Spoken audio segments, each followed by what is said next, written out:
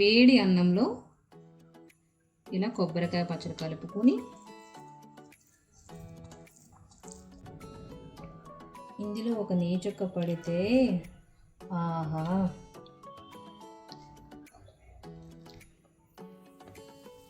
ఎంతో రుచిరా. ఇప్పుడు కొబ్బరికాయ మామిడికాయ పచ్చడి దాని ప్రాసెస్ ఏంటో చూసేద్దామా. హాయ్ ఫ్రెండ్స్, వెల్కమ్ టు అత్తకోళ్ళ వంటలు. అత్తకోళ్ళ వంటలు సమ్మర్ స్పెషల్. సమ్మర్ స్పెషల్ అంటే ఏమనుకుంటున్నారా? మనకి సమ్మర్ అంటేనే మామిడికాయల సీజన్. అందుకే మేము ముందుకు పుల్ల పుల్లగా కారం కారంగా కొబ్బరి మామిడికాయ పచ్చడితో అయితే మేము ముందుకు వచ్చేసాను. మామిడికాయలు అయితే తెచ్చేసారండి. కొబ్బరికాయ పచ్చడి చేస్తావా లేదనేసి నేనైతే ఇవాళ అయితే చేసేసాను. ఆయన కోసం, మీ అందరి కోసం. సమ్మర్ స్టార్ట్ అయిపోయింది కదండి. మామిడికాయలు. ఇంకో మా ఆయన అయితే ఫామ్ నుంచి ఒక మామిడికాయ తెచ్చేసిండండి. ఆయనకి మామిడికాయ కొబ్బరికాయ పచ్చడి అంటే చాలా ఇష్టం అన్నమాట. ఇంకా లేట్ ఎందుకు అని నైటే చేసామన్నారు, కానీ నాకు నైట్ అయితే కుదరలేక ఇంకా మార్నింగ్ చేస్తున్నాను. ఇప్పుడు దీని ప్రాసెస్ ఏంటో చూసేద్దామా. చూడండి, ఈ మామిడికాయ అన్నమాట. ఇది ఇలాంటిది ఏ మామిడికైనా పర్వాలేదు, కానీ మనకైతే పుల్లగా అయితే ఉండాలి.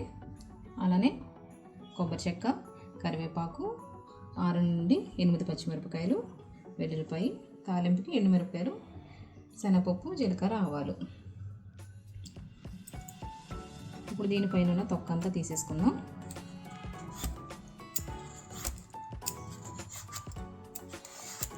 చూడండి, ఇలా చెక్తుంటేనే ఈ స్మెల్కి నాకు నోట్లో నీళ్లు గిరగిరమని తిరుగుతున్నాయి. ఎంతైనా మామిడికాయ టేస్ట్ అంటే దాని టేస్టే వేరు, ఏ ఫ్రూట్కి రాదు. చూడండి, ఇలా మొత్తం నీట్గా చెక్కేసుకున్నాక దీన్ని కడిగేసుకుని శుభ్రంగా ఇప్పుడు ఈ మామిడికాయ అంతటి తురిమేసుకుందాం.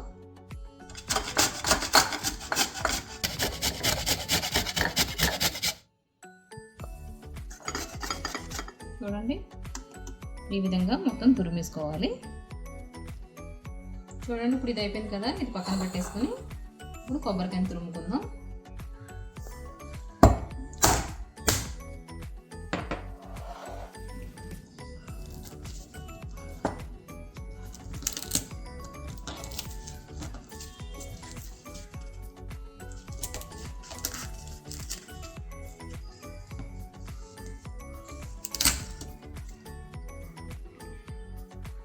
ఇప్పుడు ఈ కొబ్బరిని కూడా ఇలాగా తురిమేసుకుందాం.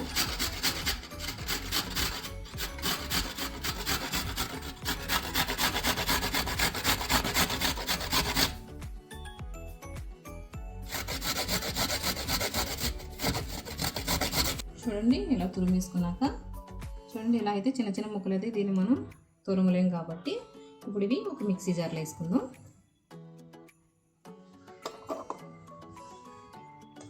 అలానే పచ్చిమిర్చి,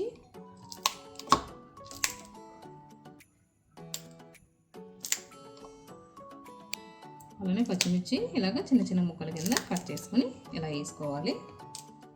మీకు కారం ఎక్కువ కావాలంటే 10 నుండి 12 వేసుకోవచ్చు. కారం తక్కువ కావాలంటే 6 నుండి 8 పచ్చిమిరపకాయలు వేసుకుంటే సరిపోతుంది. కొంచెం మంది ఇలాగా పచ్చిగా కొట్టుకుంటారు. నాకు ఇలా పచ్చిగా కొట్టుకుంటే పచ్చడి అనేది చాలా టేస్ట్గా ఉంటుంది. కొంచెం మంది అయితే ఫ్రై చేసుకుని కూడా వేసుకుంటారు. అలా కూడా చేసుకోవచ్చు, ఎవరి ఇష్టం వాళ్ళది.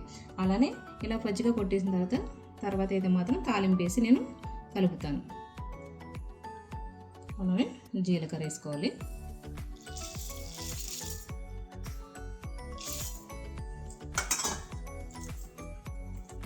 అలానే వెల్లుల్లిపాయలు కూడా వేసేసుకుందాం. అలానే సాల్ట్. నేనైతే పచ్చిమిరపకాయలతో చేసుకుంటున్నానండి. పచ్చిమిరపకాయలతో చేసుకోవచ్చు, దీన్ని ఎండుమిరపకాయలతో చేసుకోవచ్చు. అలానే పచ్చిమిర్చి హాఫ్, ఎండుమిర్చి హాఫ్తో కూడా చేసుకోవచ్చు. ఇప్పుడు దీన్ని కచ్చాపిచ్చగా కొట్టుకుందాం. చూడండి, ఈ విధంగా కచ్చాపిచ్చగా కొట్టుకోవాలి. ఇప్పుడు ముందుగా తురుముకున్న మామిడికాయ, అలానే ఇప్పుడు మిక్సీ పట్టుకున్నాం కదా, ఇది కూడా ఇందులో వేసేసుకుందాం.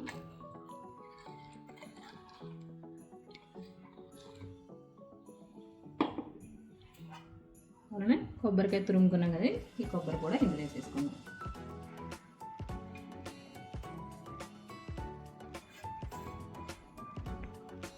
చూడండి, ఇప్పుడు ఇది మొత్తం అంతా కలిపేసుకోవాలి.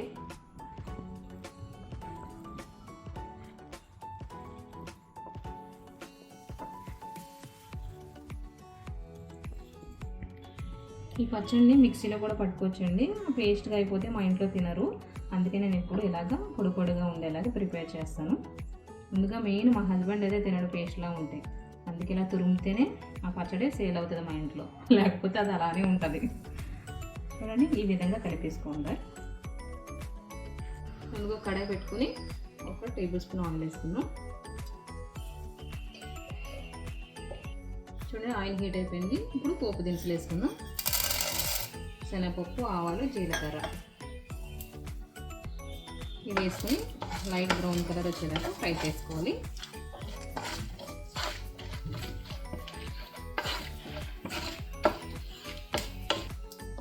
చూడండి, ఫ్రై అయిపోయాయి కదా. ఇప్పుడు ఎండుమిర్చి వేసుకుందాం.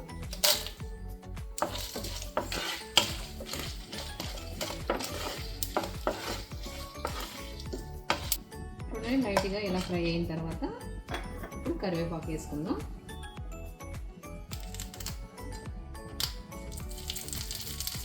కరివేపాకు వేసుకుని ఫ్రై చేసేసుకోవాలి.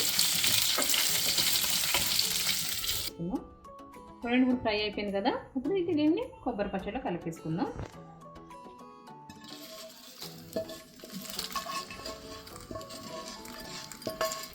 ఇప్పుడు దీన్ని మొత్తం కలిపేసుకుందాం.